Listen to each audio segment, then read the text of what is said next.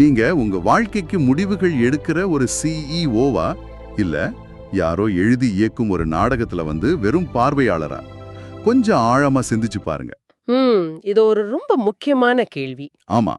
இப்போ நிர்வாகம் அதாவது அட்மினிஸ்ட்ரேஷன் அப்படின்னு சொன்ன உடனே நம்ம நினைவுக்கு வர்றது என்ன? குளிரூட்டப்பட்ட கார்ப்பரேட் ஆபீஸ்கள், எம்பிஏ பட்டங்கள், அப்புறம் பவர் பாயிண்ட் பிரசன்டேஷன்கள், இல்லனா முடிவே இல்லாத எக்ஸல் ஷீட்டுகள். இவ்வளவுதான் நிர்வாகம்னு நாம ஒரு சின்ன வட்டத்துக்குள்ள அதை சுருக்கி வச்சிருக்கோம் இல்லையா? கரெக்ட். அது ஒரு வியாபாரம் சம்பந்தப்பட்ட விஷயமா மட்டுமே எல்லாரும் பாக்குறாங்க. உண்மைதான். ஆனா சிவயோகி அப்படிங்கிற யூடியூப் சேனல்ல சமீபத்துல வெளியான நிர்வாகம் அதாவது அட்மினிஸ்ட்ரேஷன் அப்படிங்கிற ஒரு விரிவான உரையோட காணொளியை நாம இன்னைக்கு அலச போறோம். இந்த உரை நம்மளோட முன்மொழிவுகள் எல்லாம் சுக்குநூறா உடைக்குது. கண்டிப்பா. அது ரொம்ப ஆழமான ஒரு தத்துவார்த்தமான பதிவு. ஆமா. உங்களை நீங்களே நிர்வகிக்கல அப்படின்னா உங்களை வேற யாரோ நிர்வகிச்சிட்டு இருக்காங்க அப்படிங்கிற ஒரு கடுமையான உண்மையா அந்த உரை நம்ம முகப்புல அறையுது. அதனால நிர்வாகம் அப்படிங்கிறது எக்ஸல் ஷீட்டுகளோ வியாபார தந்திரங்களோ கிடையாது. அது தன்னைத்தானே நிர்வகிக்கிறதுல தொடங்கி இந்த பிரபஞ்சத்தை நிர்வகிக்கிறது வரைக்கும் எப்படி விரிவடையுது அப்படிங்கிறத நேயர்களான உங்களுக்கு புரிய வைக்கிறது தான் இந்த அலசலோட நோக்கம். ரொம்ப சரி. இந்த உரையில நிர்வாகம் பத்தி பேச தொடங்கும்போது அவங்க முன்வைக்கிற முதல் கேள்வியே இந்த உலகத்திலேயே மிகச்சிறந்த நிர்வாகி யார் அப்படிங்கிறது தான். ஓ, உலகத்திலே சிறந்த நிர்வாகியா? ஆமா. இப்போ நீங்க இந்த பிரபஞ்சத்தை பாத்தீங்கன்னா கோள்கள் ஒன்னோட ஒன்று மோதிக்காம சுழல்றதுல இருந்து பூமியில பருவநிலைகள் மாறுறது வரைக்கும் எந்த ஒரு குளிர்படியும் இல்லாம மிக நேர்த்தியா ஒரு அமைப்பு இயங்கிட்டு இருக்குதானே? ஆமா, அது ஒரு பெரிய சிஸ்டம். கரெக்ட். இந்த முழு பிரபஞ்சத்தோட மைய பொருளா ஒரு மிகச்சிறந்த நிர்வாகியா கடவுள் இல்லனா அந்த பிரபஞ்ச சக்தி இருக்கு அப்படின்னு இந்த மூல உரை சுட்டி காட்டுது. எந்த ஒரு எம்பிஏ பட்டமும் இல்லாம எந்த ஒரு காகித வேலைகளும் இல்லாம இவ்ளோ பெரிய பிரபஞ்சம் எப்படி சீரா இயங்குதுன்னு நம்ம கவனிக்கணும்.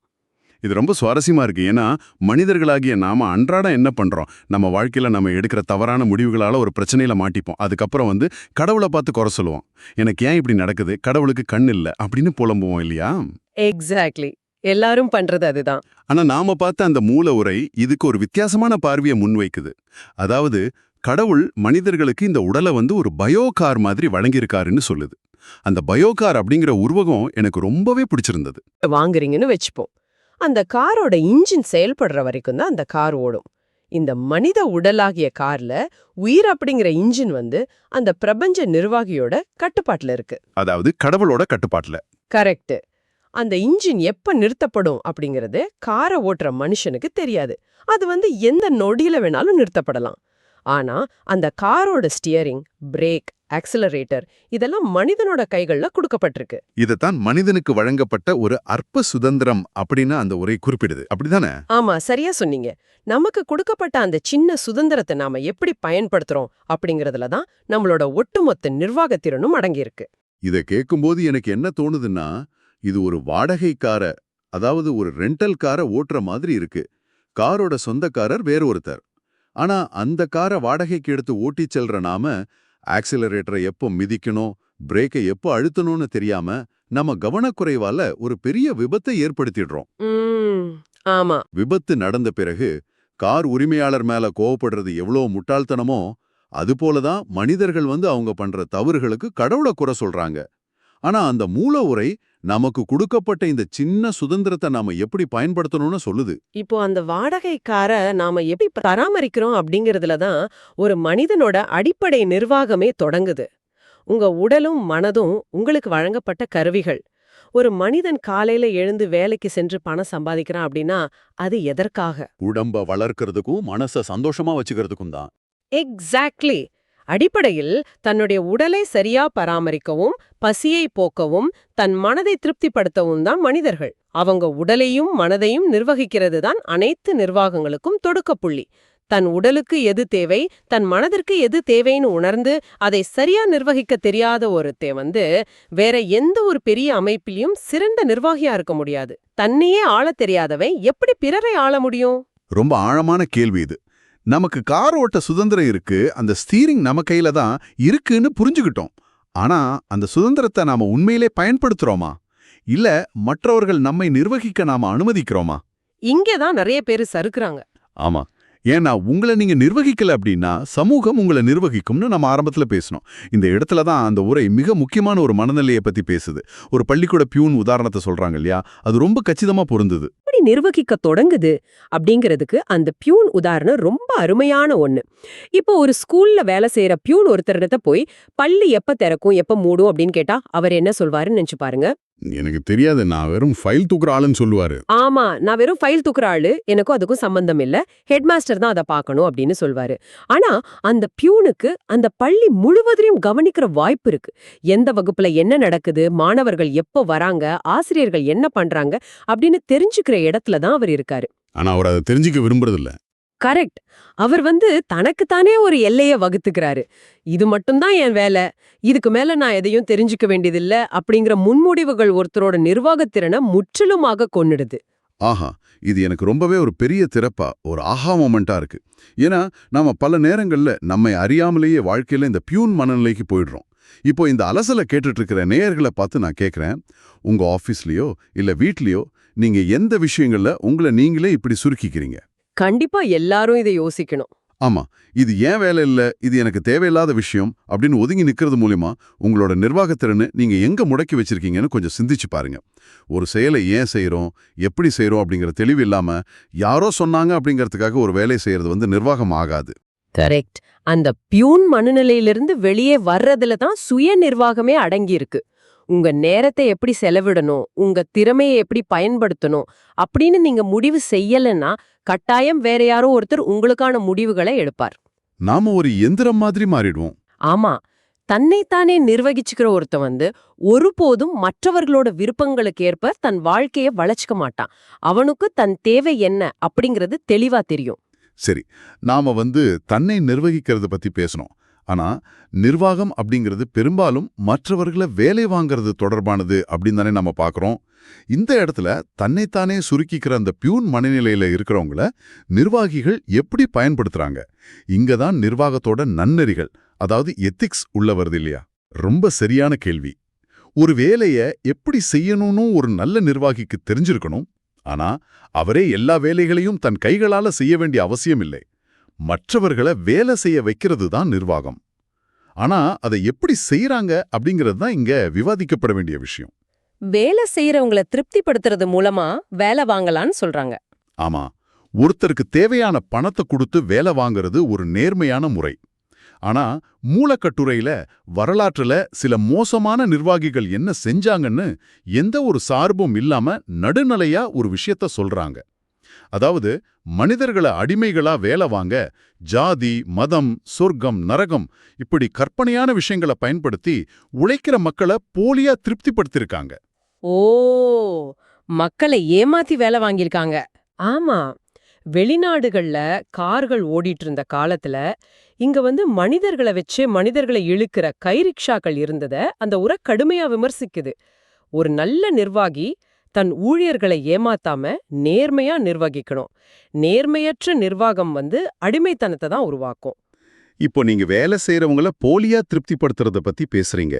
ஆனா இப்போ இருக்கிற கார்ப்பரேட் உலகத்துல எம்ப்ளாயி என்கேஜ்மெண்ட் அப்படிங்கிற பேர்ல செய்யப்படுற பல விஷயங்களும் ஒரு வகையான போலியான திருப்திப்படுத்தல் தானே? அது எப்படி சொல்றீங்க? இல்ல, இப்போ வாரம் ஒரு முறை ஆபீஸ்ல பிட்சா பார்ட்டி வைக்கிறது, இல்ல எம்ப்ளாயி ஆஃப் த மந்த் அப்படின்னு ஒரு சர்டிபிகேட் கொடுக்கறது, இதெல்லாம் கூட ஒரு மாயா தானே? உண்மையான நிர்வாகத்துக்கும் இப்படி வேலை வாங்கறதுக்கான தந்திரத்துக்கும் என்ன வித்தியாசம்? ரொம்ப பிரமாதமான கேள்வி. உண்மையான நிர்வாகத்துக்கும் தந்திரத்துக்கும் உள்ள வித்தியாசத்தை நேர்மை அப்படிங்கிற அளவுகோலை வச்சுதான் அளவிட முடியும். ஒரு ஊழியரோட உண்மையான உழைப்புக்கு ஏற்ற நியாயமான சம்பளமும் அவரோட தனிப்பட்ட வாழ்க்கைக்கான நேரமும் மறுக்கப்பட்டு வெறும் பாராட்டுகளையும் பீட்சாக்களையும் கொடுத்து திருப்திப்படுத்த நினைச்சா அதுவும் நவீனகால அடிமைத்தனம்தான். ஆமா, அது ஒரு சுரண்டல் தான். கண்டிப்பா. உழைப்பவருக்கு தனது உழைப்போட மதிப்பு தெரியாம பாத்துக்கிறது, அவரை தொடர்ந்து ஒரு மாயைக்குள்ள வச்சிருக்கிறது மிகப்பெரிய சுரண்டல்.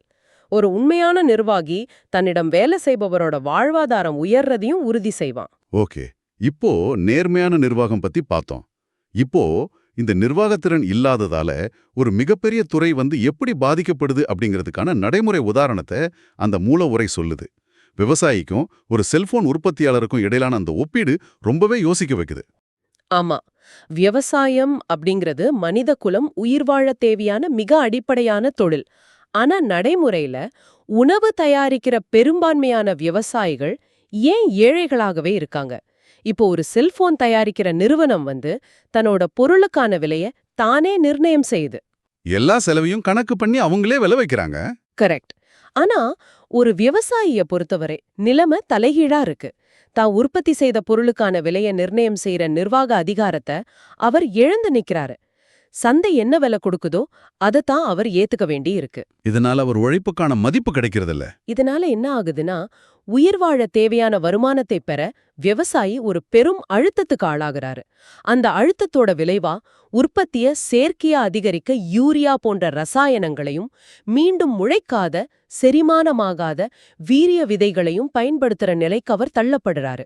இது ஒட்டுமொத்த சமூகத்தோட ஆரோக்கியத்தையே கெடுக்குது. அப்போ தன் பொருளான விலையத்தானே நிர்ணயிக்காதது ஒரு பெரிய நிர்வாக கோளாறுன்னு சொல்றீங்க. ஆமா.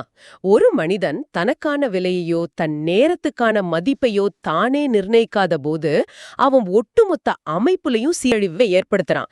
என் நேரம், என் உழைப்பு, என் சம்பளம் எவ்வளவா இருக்கணும் அப்படிங்கறத நானே முடிவு செய்யணும் அப்படிங்கிற மூல உரையின் கருத்து இது. இதை இப்போ நேயர்களோட வாழ்க்கையோட தொடர்பு படுத்தி பார்த்தா இது ஒரு ஜாப் இன்டர்வியூல நாம கேக்குற சம்பள பேரத்துக்கு அப்படியே ஒத்து போகுது. ரொம்ப சரியான ஒப்பீடு. உங்க மதிப்பை நீங்க நிர்ணயிக்கல அப்படின்னா அவங்க உங்களை மிக குறைந்த விலைக்கு வாங்கிடுவாங்க. நீங்க விவசாய மாதிரி உங்க அதிகாரத்தை இழக்க போறீங்களா இல்ல ஒரு செல்போன் கம்பெனி மாதிரி உங்க மதிப்பை நீங்களே நிர்ணயம் செய்ய போறீங்களான்னு நீங்க தான் முடிவு செய்யணும். கண்டிப்பா. நீங்க உங்களை நிர்வகிக்கலனா உங்களை சுற்றியுள்ள சந்தை உங்களை நிர்வகிக்கும். எதை சாப்பிடணும், எதை உடுத்தணும்னு மத்தவங்க முடிவு பண்ணுவாங்க. ரொம்ப சரியா சொன்னீங்க. இந்த ஆழ்ந்த அலசரோட முடிவுல நாம தெரிஞ்சுக்கிறது இதுதான். நிர்வாகம் அப்படிங்கிறது வெறும் வியாபாரம் இல்ல. அது நம்மளோட தேவையை புரிஞ்சுக்கிறது, நம்மை பிறர் ஏமாத்தாம பார்த்துக்கொள்வது, எந்த செயலை செய்தாலும் அது ஏன் எதற்கு அப்படிங்கிற தெளிவோட முடிவெடுக்கிறது. ஆமா. நேயர்களே, இப்போ உங்களை பார்த்து நான் கேட்கிறேன், நீங்க யாருடைய கட்டுப்பாட்டுல இருக்கீங்க? உங்களோட நேரத்தையும் உங்களோட விருப்பங்களையும் தீர்மானிக்கிறது நீங்களா இல்ல உங்களை சுற்றியுள்ள சமூகமா? அது ஒவ்வொருத்தரும் அவங்களுக்குள்ள கேட்டுக்க வேண்டிய கேள்வி. ஆமா. இப்போ இந்த அலசலை நிறைவு செய்யறதுக்கு முன்னாடி ஒரு ஆழமான சிந்தனைய நேயர்களுக்காக முன்வைக்க விரும்புறேன். நம்மளோட உடல் ஒரு பயோ கார் அப்படின்னு நாம பார்த்தோம் இல்லையா? ஆமா. ஆனா இந்த காரை நாம ஓட்டி முடிச்சிட்டு கடைசியா திரும்ப ஒப்படைக்கும் போது அதுல இருந்து நம்ம கத்துக்கிட்ட நிர்வாக திறனும் அனுபவங்களும் எங்க போகுது? ஓ, இது ரொம்ப வித்தியாசமான கோணம். அந்த டேட்டா எல்லாம் அழிக்கப்படுதா இல்ல அடுத்த தலைமுறைக்கு ஒரு சிறந்த வரைபடமா ஒரு மரபணு பதிவா மாறப்போகுதான்னு சிந்திச்சு பாருங்க. நம்மளோட அனுபவங்கள் இந்த பிரபஞ்ச தரவுத்தளத்துல பதிவாகிட்டு இருக்கலாம். இதுவே உண்மையான பிரபஞ்ச நிர்வாகமா கூட இருக்கலாம். உங்களை நீங்களே சிறந்த முறையில நிர்வகிப்பீங்க அப்படிங்கிற நம்பிக்கையோட இந்த அலசலை நாம இங்க நிறைவு செய்வோம்.